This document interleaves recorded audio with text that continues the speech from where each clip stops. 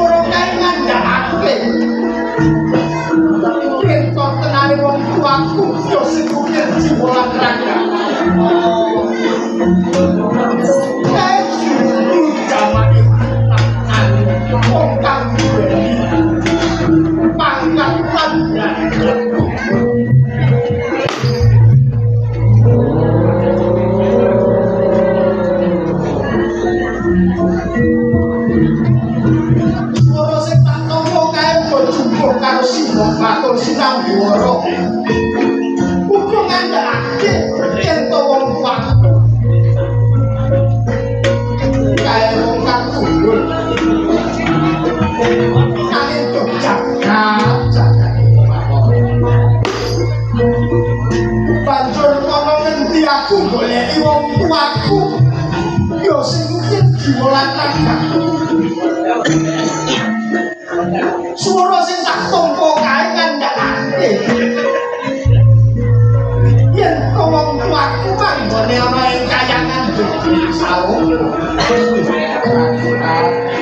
Jagat Dewa Bathara. Banjur nganggo cara apa aku iso munggah ana ing kayangan Dewi Saung. Kang jagat kayangan kae mesti wayah kok papan lan gede. Nanging ambangku goleki wong tuaku. Yo sing kuwi jualan raga panci kaya ngono.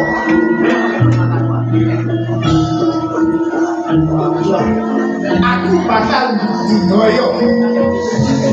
Aku bakal nama aku suku ngalor ngalor marang.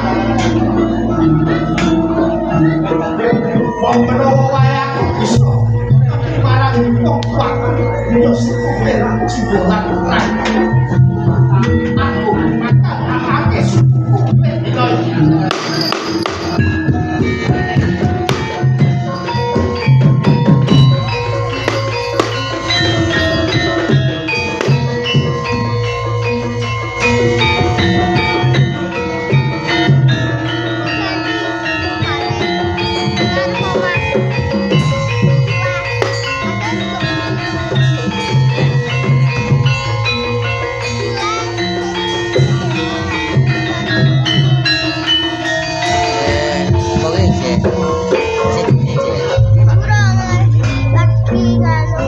Om Wiraheng Srai Bawara.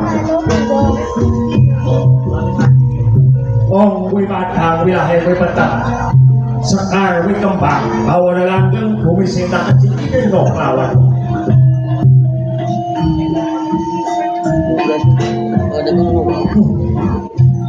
Kayangan jungling sarong kok rasane peteng dedet lunga. Sejatinya itu kahanan kaya ngopo. Angin batik seperti anangin. Kakang iko narodo tak utus dono ngarco potuk. Negine ngopo.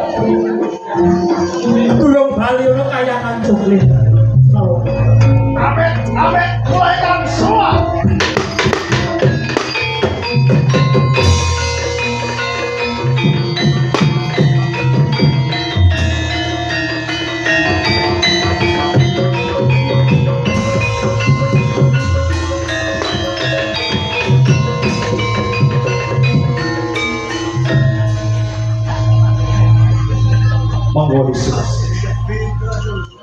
Sopo aranmu lan saka ngendi papan gunung munggah ana kayangan jungling Saloka kuwi.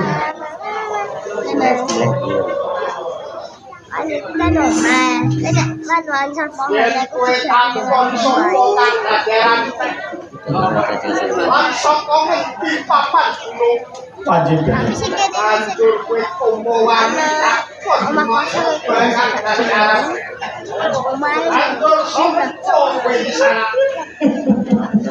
munggah ana kayangan jungling Saloka durung tepung. Sopo sing ana pengarepane? Tepung iki. Ora ana liya ulun kuwi Bathara Guru.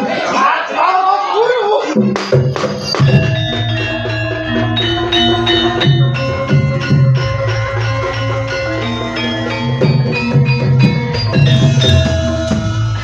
Panjen bener. Iwas kebenaran. Kebenaran kamu. Angkonku kaya-raya munggah ana ing kayangan jungling Saloka. Wong percaya aku kepengin nemoni wong tuaku yo sing mungkin jiwa lan raga. Goleki wong tuamu ana kayangan jungling Saloka kene. Dasar kaya banjur wong tuamu kuwi sapa lan saka ngendi sing cumondhok ana kayangan iki.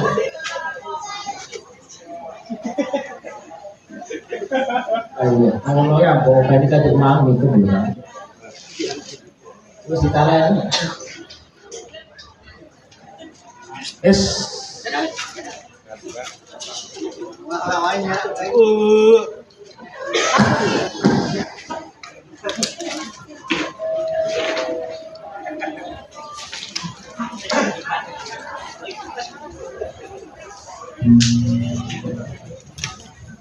Bisa nak?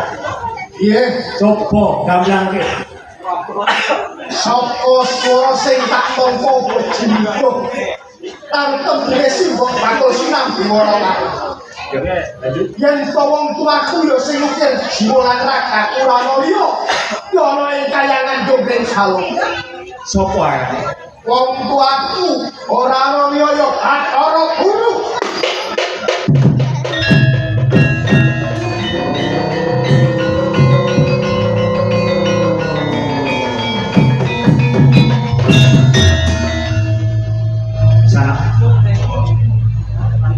Kok bisa-bisa anggonmu munggah ana ngaca padha goleki wong tuamu sing aran Bathara Guru tak mongko Bathara Guru kaliyo yo kula niki entuk pirang perkara anggonmu ngakoni yen kula niki wong tuamu coba dilentrehke Romo Pikulun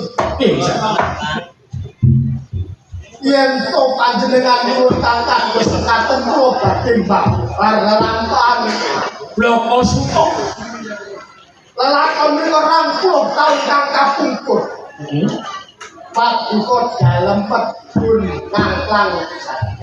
nganglang jagat menika leres yo lanjut kanthi titian lembuan ini lembuan ini menika leres lanjut panjenengan menika salah tunggaling dewa dewaning dewa panjenengan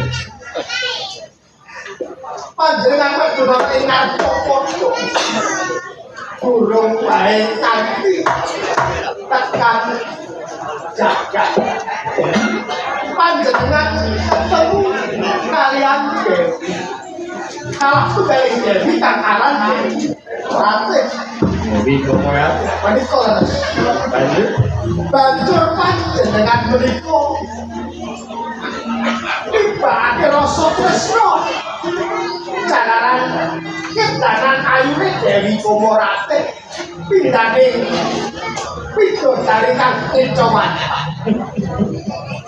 yo menika kira pancen bener rikala jaman semono banjur Pak Duko dalem Prawowikulun Bathara Guru ngandhakake rasa tresna marang Dewi Komorate sebanjuripun Dewi Komorate uga nampi tresnanipun Prawowikulun padha jenenge padha tresnane menika leres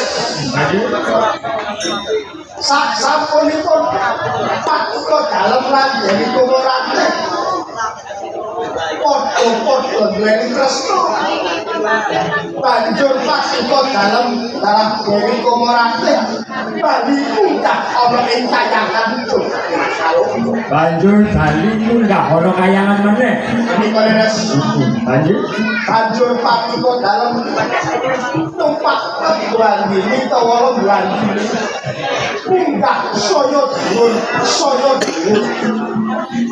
banjur nganti tingkat nyampingipun Dewi Komorate nyampingi Dewi Komorate rumang ningkat menika leres banjur saka bantele angin banjur sasampunipun tingkat nyampingipun Dewi Komorate katon tumrot cahyanipun kangkit Pak Duko dalem boten nyat ngapa gawa nepsu jalaran ropen isih Dewi Komorate kados Romo Wikulun sasampunipun Pak Duko dalem boten nyat ngapa gawa nepsu banjur Pak Duko dalem ngandhakake yen arep satunggal sakti lelaki nggih lanjut nanging yen manipun Dewi Komorake boten kersa maju dumateng paduka jalaran galangane paduka menika salah setunggaling dewa dewaning dewa panjenengan lah wong dewa kok satunggal sadhuwuring lembu yen to dingeteni para titah para dewa menika rak yo misi-misi ini to apa mira bakal wirang lanjut ya wong mawon nyatan wong dewane dewa Anjir. ora lagi sadhuwure kebo lagi yo misi-misi ini to lanjut banjur dari Komorake boten kersa ing paduka dalem gonjak jalaran saka boten kat tempat awalan su gonjak saya gonjak nganti boten ngertos pisakan marane dumati paduka dalem tibakake Komokor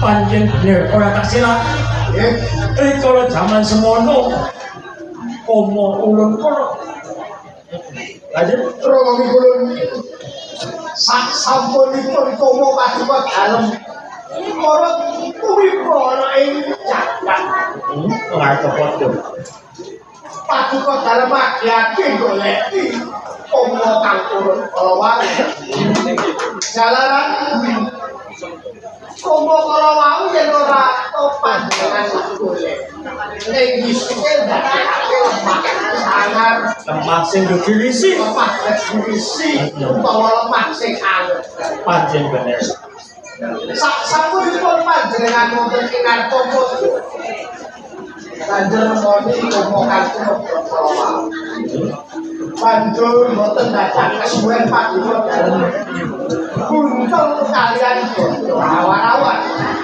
jadi kaya mengkono omo sing urun iki mau tak tinggal karo godhong awar-awar lanjut sapunipun paduka dalem Pak buntelan godhong awar-awar ing komo menika paduka dalem buak ana ing satengahing kali kang gedhe lanjut banjur komo kalawau katut ing banyu kali kang gedhe tembak nganti tumekane segara kidul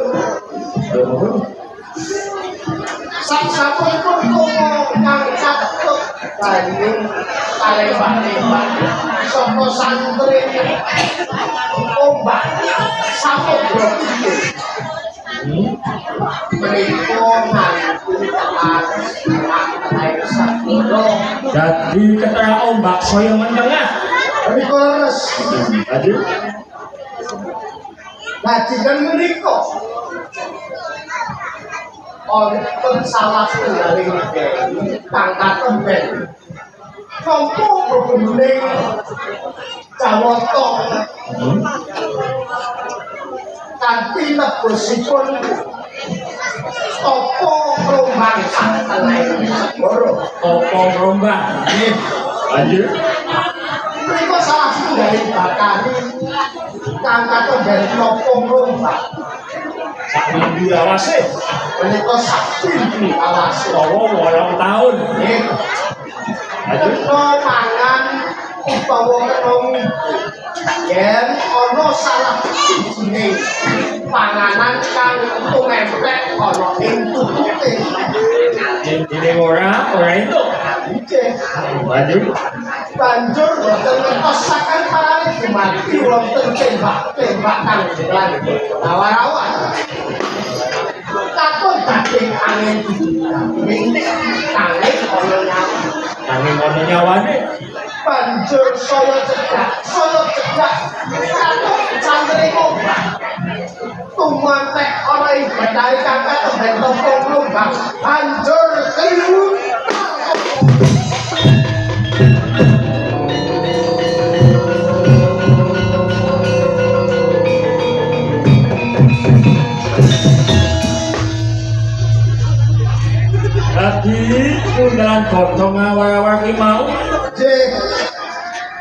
dipun undang kalian petani kang katem bentol menika. Banjur sasampunipun sekali kang katem bentol tombong bangun taun bulan awal-awal ora mendo yo salah menika. Banjur petani menika bingung atine. Kok tambah bingung? Saya dina saya bingung saya nelongso. Awet wetenge menika saya Wah, kenapa bisa? boten Lah, kok bisa mengkon? nggih jalanan utang komo kang beneran awal Oh, yang pun? Aja. wong menika komane Bathara dia mesti mawon Mandi. apa-apa kali menika mboten nate kok sikol kalian wong lanang Amarga toko rombang. apa rombang wae 8 taun lawas banjur saya dina wonten saya Dewi kang katon ben toko rombang menika tawang tangis Ketangisan. nelongso pikire nganti ketangisan Dewi menika kaprungu ana ing kayangan Jogja Saluk. Nah, kekrungu. Menika leres banjur tangisan Dewi menika kaprungu kalian salah setunggaling dewa. Banyaknya dewa yang kayak Konaroto Kakang Konaroto. yang kayak Konaroto keprungu tawang-tawang tangis banjur pedun ana ing Arjowo. Kakang Konaroto mudhun ana Kartopada. Menika leres Dilendheke. goleki sapa didika ana swara kang tawang-tawang tangis Sing ketangisan iki. Aja. banjur yang kayak Konaroto medun ana ing sakti Segara. Metoni petani kang katon awal habis menika banjur ditakon Takoni sing ndek. kayak paman kayak Konaroto tanggap menika apa kita mari dengan itu sapa sing titik kerajinan ulun tambut marang kita ikara titah tangkat kendali awang-awang tangis sing mesti ana Kakang Konaroto. Konaroto menika takon kados tekan Iya. gambarane kados Aja. banjur petani menika Joko Suto senajan to ora Joko Suto wong menika dewa nggih Iya. yen kok tawang-tawang tangis menika jalaran sapa muntal komo kang kabeh banjur yang Konaroto paring pitutur marang petani yen kok ing disuke jaluk kono pengadilan ana ing kayangan Jogja Saluk. Loh, cukup semono ae. Yang bakal beliau ing kayangan Jogja Saluk. Nanging yang ora lali bakal tak paringi peteng. Oke. Peteng menika menika salah setunggaling petani. Kang kategori topo tau iku. Kula katlah Dewi Durga ya Durga petani.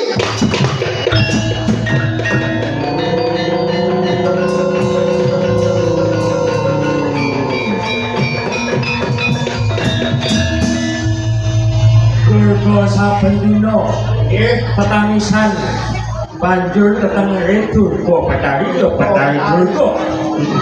Sampunipun yang Konaroto kali peteng banjur bali ing kayangan Durga. Bali yo kayangan meneh. Nanging sasampunipun bali ing kayangan Durga Saluk. Dewi utawi petani menika mengko palah dekro anggere tawang-tawang tangis lho. Kok bisa kaya ngono? Jalaran saben dina saya dina. Genep sangang sasi 10 dina. Lair konang Jabang bayi nggih kula iki.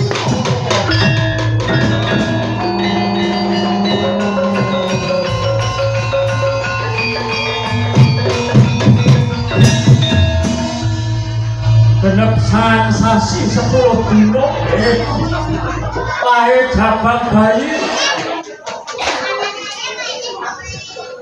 ora ono sing pengarepan kuwi iki Menika